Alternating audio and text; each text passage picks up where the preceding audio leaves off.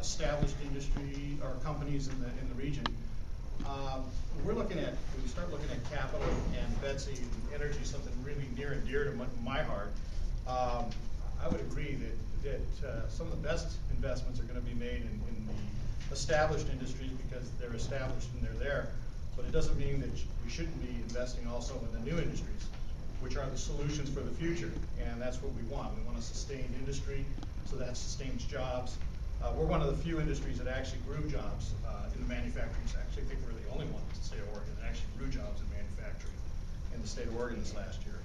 I want to say that one of the keys that we're running into right now, especially in the mid-sized food processors and smaller, is operating capital. That's our biggest challenge, is how we're going to get access to that capital and keep the doors open, pay our bills. That's a big challenge.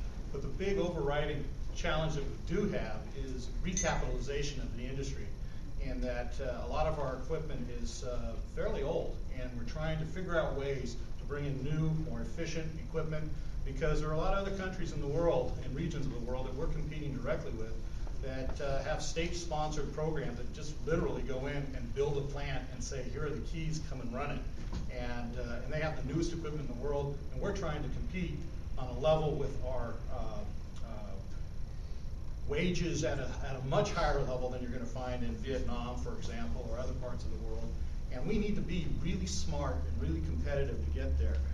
One of the things we've used is Betsy as a way to help us recapitalize. And I know food processors, and by and large, have used Betsy a lot, not for wind energy, but for energy efficiency, which is the best way and most environmentally sensitive way to improve operations and to save energy, is not to use it at all. And so we've used Betsy to put in place new pieces of equipment that are much more efficient, new systems, designs, etc.